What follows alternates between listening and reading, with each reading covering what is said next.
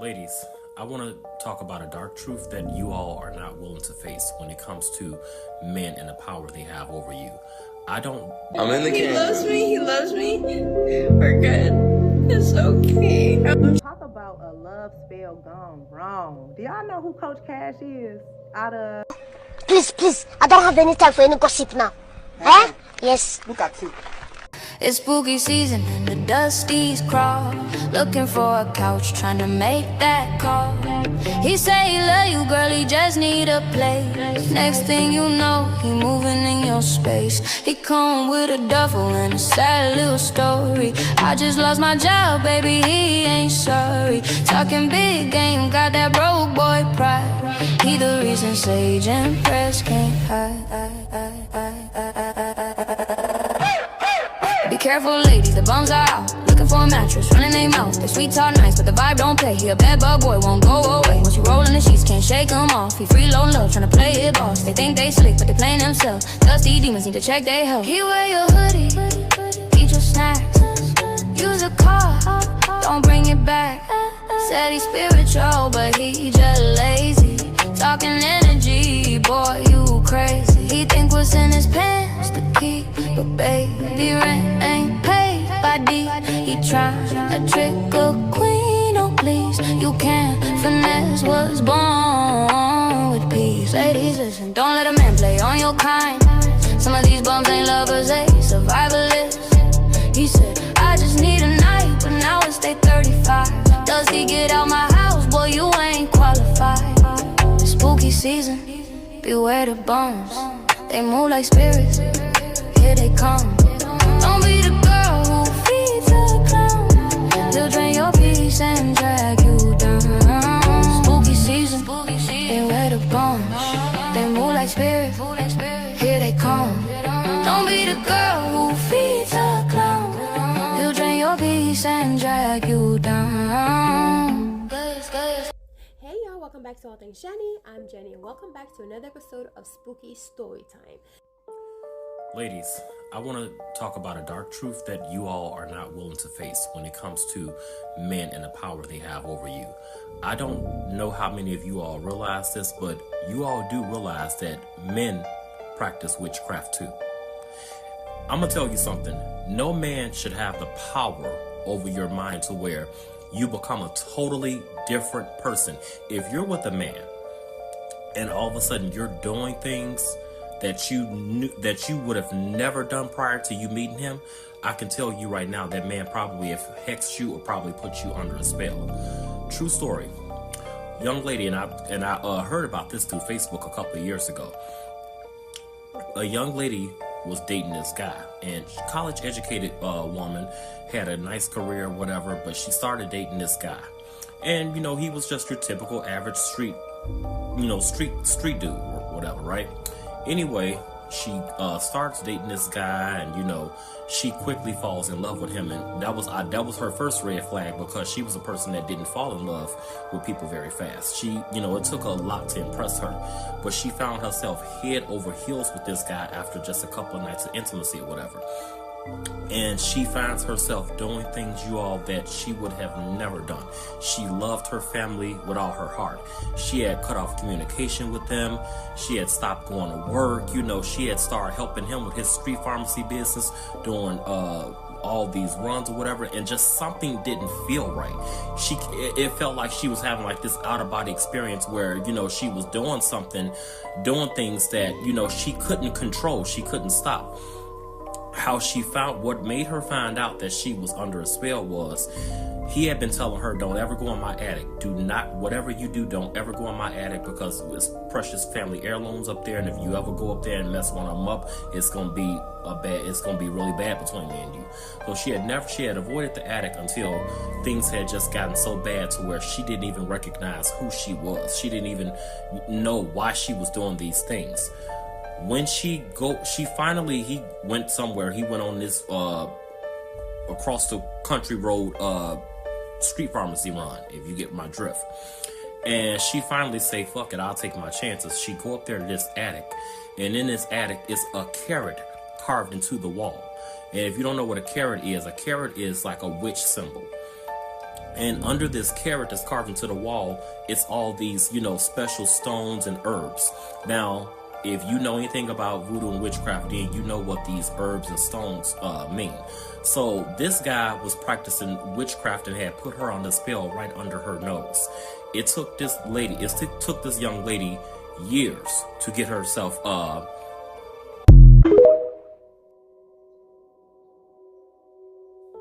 so eventually this young lady, because I was telling you all in the other video, at the end, you know, by the time she found out that she was under this man's spell, that he had put her on, that he was practicing witchcraft to have her under the spell, you know, she eventually finds out.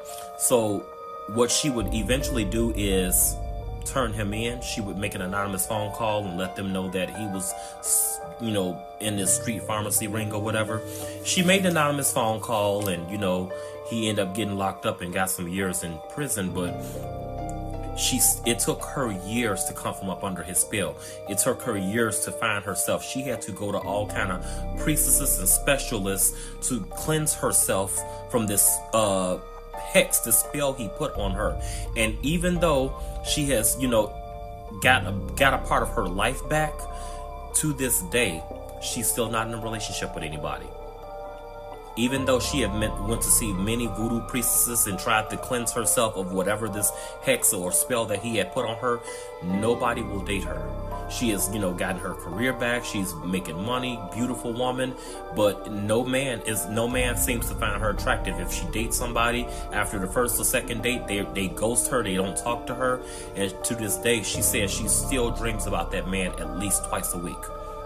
She have vivid dreams of this man at least twice a week. So this is what I tell this. So I just said that to say, women, please be careful about, you know, thinking that women are the gatekeepers or the key holders to witchcraft, because it's not. Men are very honed in that craft as well, because a lot of us, you know, we had grandmothers, we had aunties that, you know, were deep into voodoo, and so they passed that gift down. I have my personal gifts. Do I use it for evil? Absolutely not. But I do have my gifts. I know the power of my tongue. I know the power of my presence. I know what I can do. I know the gifts that I possess. So I said all that to say, when ladies, if you notice that, you know, you get with a man and all of a sudden you're wilding out and you acting crazy, because I'm gonna tell you something. People will try to lie and make you believe that it's just good, you know, whatever, good loving that's got you acting that way. We've all had good loving that made our toes curl and made our eyes roll in the back of our head. But some of us know how to control ourselves. So anytime you get with the man and you become a fraction of the person you used to be, you find yourself doing things that you would have never done before. That's not good loving. That's not you being in love. That means you've been hexed by either him or somebody in his family that don't want to see you leave him. So just be careful. Men practice witchcraft too. That was the point of the story. No, but this motherfucker loves me. You follow me? Of course. Okay, so he loves me.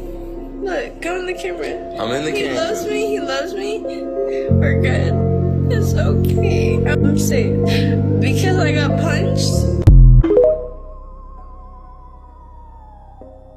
Talk about a love spell gone wrong. Do y'all know who Coach Cash is? Out of Houston, texted on her own gym. She used to come up on FYP all the time. She like real swole, built up. Anyway, her soon-to-be ex-wife, I believe, I'm not sure if that's her ex-wife already or soon-to-be, but she caught herself exposing Coach Cash like last week or the week before.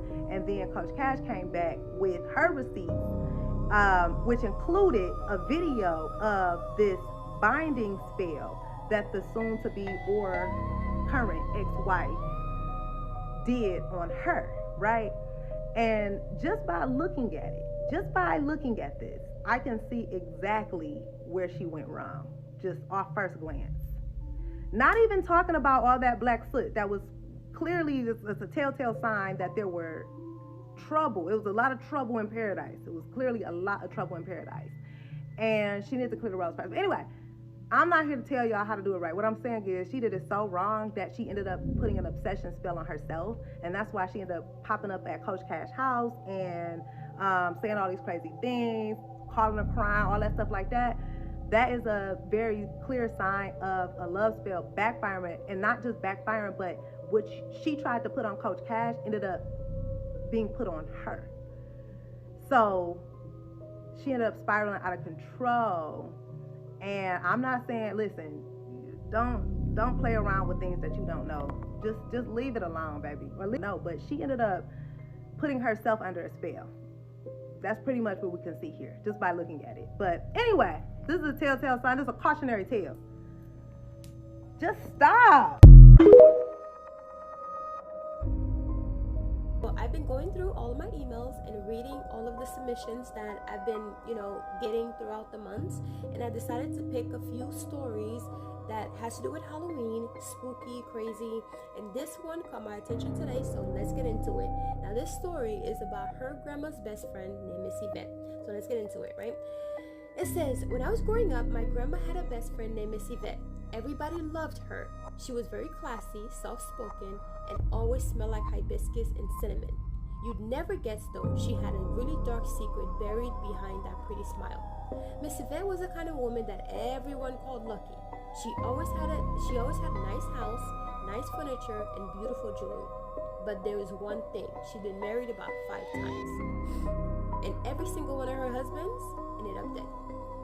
And not one person ever suspected her, not even the authorities. Grandma used to tell me Yvette had a charm that could make any man forget his mother's name. She wasn't loud, she didn't argue, she simply smiled and cooked a big pot of food. And made her man feel like he was the center of the universe. But what they didn't know was that her kitchen wasn't just for cooking, it was her altar. Every corner of her house had some sort of spiritual item. A white candle burning on the corner, a bowl of honey sitting on the counter, and she always says it's for blessings, as in a small hidden jar under her bed with red strings and nails and hair.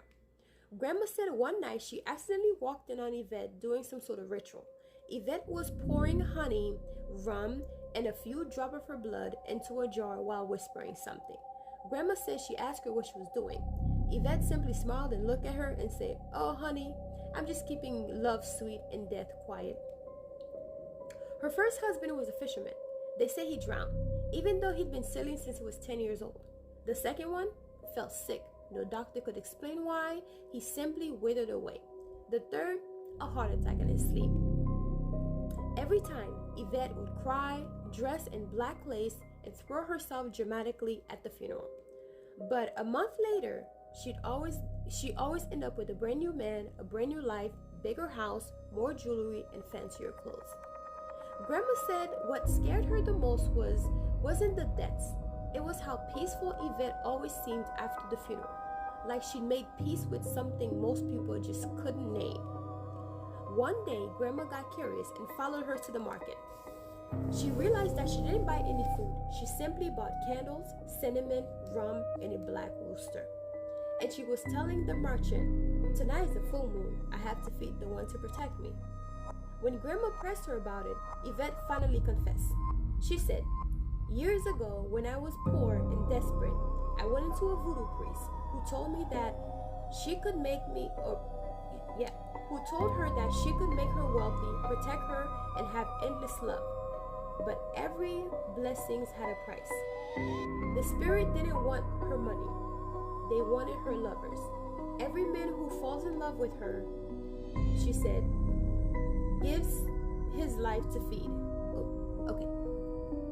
Gives his life to feed the spirits that protect minds." She said she didn't choose it. It was the pact that she made for her survival. But here's when it got darker. After her 5th husband died, something changed. That night, after his funeral, the neighbors heard singing coming from the backyard. Soft lullabies mixed with whispers and drum beats no one recognized. The next morning, all the mirrors were covered with white sheets, and the honey on her altar turned black. When Grandma asked what happened, Yvette said they were restless. I've given too much love, and now they want something new. Within a week, she sold her house and left town. No one had ever seen her again, not even grandma. She never called her, she never texted her, nothing. She never heard anything back from her best friend ever again. She tried to reach out to her, tried to talk to people who apparently knew them both, and everybody always says they don't know where she is. She basically dropped from the face of the earth, and they don't know what happened to her. Well, apparently Miss Yvette, honey, she was feeding her lovers to her spirits to protect her. And I guess the last one, maybe he probably was a strong one. He probably had protectors. He probably had people who he was working with. And that one turned out to be a fishbone in her throat. Okay? Because imagine you unaliving all of your husbands and no one is able to find out how they were unalived. There's got to be some voodoo. There's no way. There's got to be some voodoo. And I actually heard a story about this before. I think her name was Injet. Yeah, and that's so funny. Her name was Injet. She basically, I think she did unalive all her husbands, but it was because she wanted to take over the restaurant that they had. It was like a little tiny restaurant in Georgia. I have to do some more stories about that, but her name was Injet, and she didn't just unalive her husband, she unalived her whole family, like the kids, the mom, the grandma. It was a whole story. But also they were saying that she was also feeding the people some sort of voodoo stuff, to sweeten them up, all the people that were coming to her. Hey guys, I'm Jenny, and this is Shameless Plug. So I want to tell you guys about my Crown of Success manifestation book with easy, simple rituals and spells to manifest a life of abundance in your life. And those spells are so easy, even a child can do it. So this book is filled with different spells that I've learned over the years from my family, passed down from grandma and everything. And also those are spells that I've actually tried and I know that they work. So this book not only teach you step by step on the things that you can do that are so easy that a child can do it, but it tells you like the proper moon phase to use, alchemy, manifesting with numbers, numerology, and also the days of the week that best fit for this particular spell. So it tells you the timing of when to practice the spell, the days of the week, the moon phase. It shows you all the colors of the candles that you should be using and different planets. So for example, I show you like planet Jupiter is for Thursdays and the hours of the days that you should be doing the spell. So this is an easy road opener spell. So I know a lot of people like to do like different spell work, but if your roads are blocked, of course your spells are not going to work. So it's good to unblock yourself first and then start using the spell, especially with the new years and the new days to come. And also I have some amazing spells in here. This is a powerful quick money spell, so if you end up buying for some money and you're just trying to get some money. And I even have some easy powerful spell to win game of chance. So if you are a gambler, now I don't promote gambling, but if you are a gambler and you're just trying to make some money and trying to make sure you win, these spells will definitely help you. It tells you the best days to do it. So it says the best days to perform this spell is on a Thursday, Jupiter day. Jupiter is the planet of good fortune, luck, and expansion. Jupiter is the best day to perform spells that boost luck and increase your chance of success in any game of chance or any money spell, period. It has a list of so many spells that you can incorporate in your life with this new year to bring prosperity. And I even put some bonus spells on here, which for Saturday is a day to do like protection work. So I have a spell for like send back to senders. So I put some bonus spells on here, and then a protection with Archangel Michael. So there's so many spells on here. Removing the evil eye spell, so you can remove evil eye in your money and also in your everyday life. New Year home blessing spell, and I know it's been a few days since the new year started, but you can always do a home blessing spell any days of the week. As long as you need it, you could do it. So anyways guys, this is my book. It's called Crown of Success by Jenny, and it's available on Amazon, the ebook and also the physical copying. So please grab a copy if you're interested in supporting this channel. This is a way to support the channel and to support me as well for putting out, content every day for you guys to enjoy. So I hope you guys enjoyed this book, and I hope you go and grab your copy rather whether it's the ebook or the physical copy. I say have a physical copy, but it's really up to how much, you know, your wallet and what you can afford. So anyways, I'll talk to you guys later. Bye. Mwah. This is a shameless plug, so just check out my channel, okay? Love you guys. Mwah.